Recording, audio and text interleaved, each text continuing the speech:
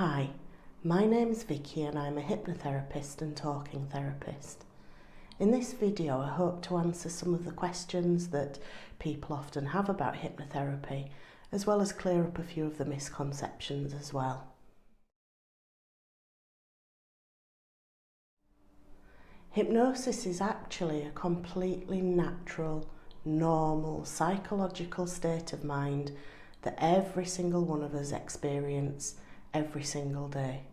Examples that you might relate to include daydreaming, perhaps travelling on a long journey and arriving at your destination and finding that you can't remember parts of the journey.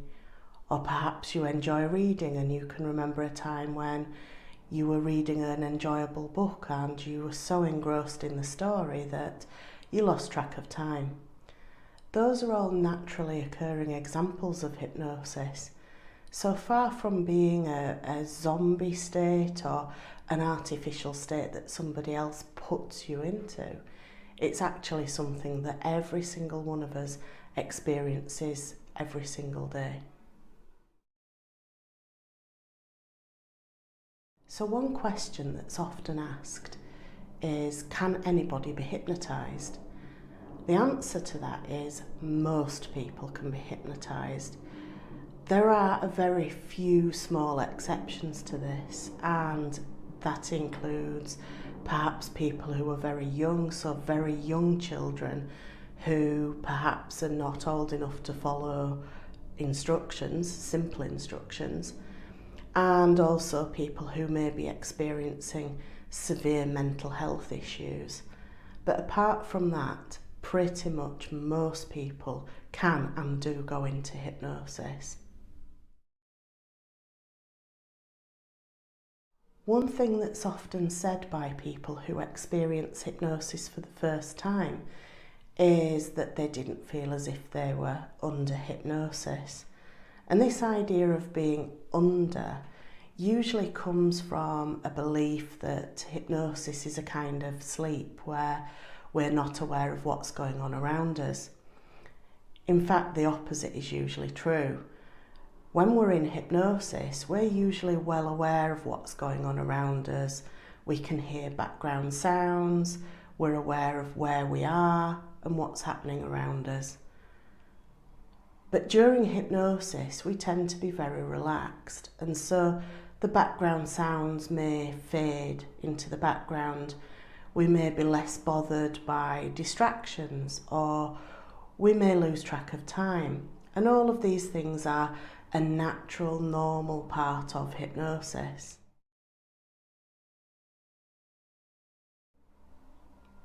One thing that people sometimes are concerned about is whether they can get stuck in hypnosis.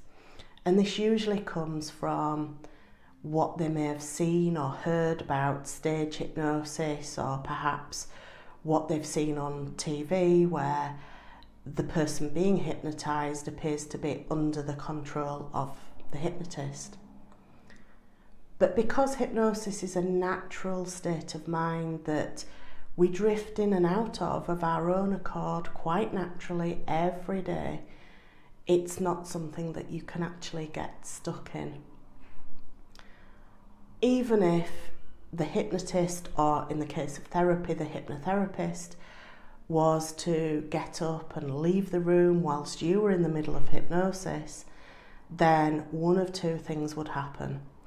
Either you would wonder why they had stopped talking and open your eyes and bring yourself out of hypnosis, or if you were tired, you might simply just fall asleep and then wake up after a short while.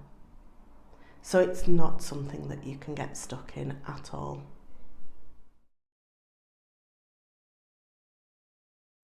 People who have been experiencing a problem or issue for a long time are often keen to try hypnotherapy because there's sometimes a belief that it can make you overcome a problem or issue.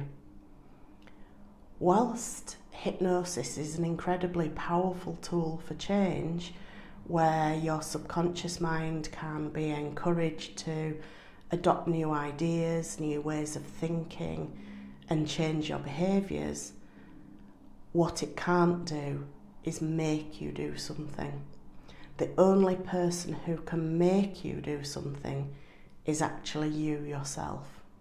And that's why your motivation and participation in the process are absolutely vital, both in your therapy sessions, but also between your therapy sessions when practicing self-help techniques or doing other tasks that are there to enhance the work that we do during your therapy sessions.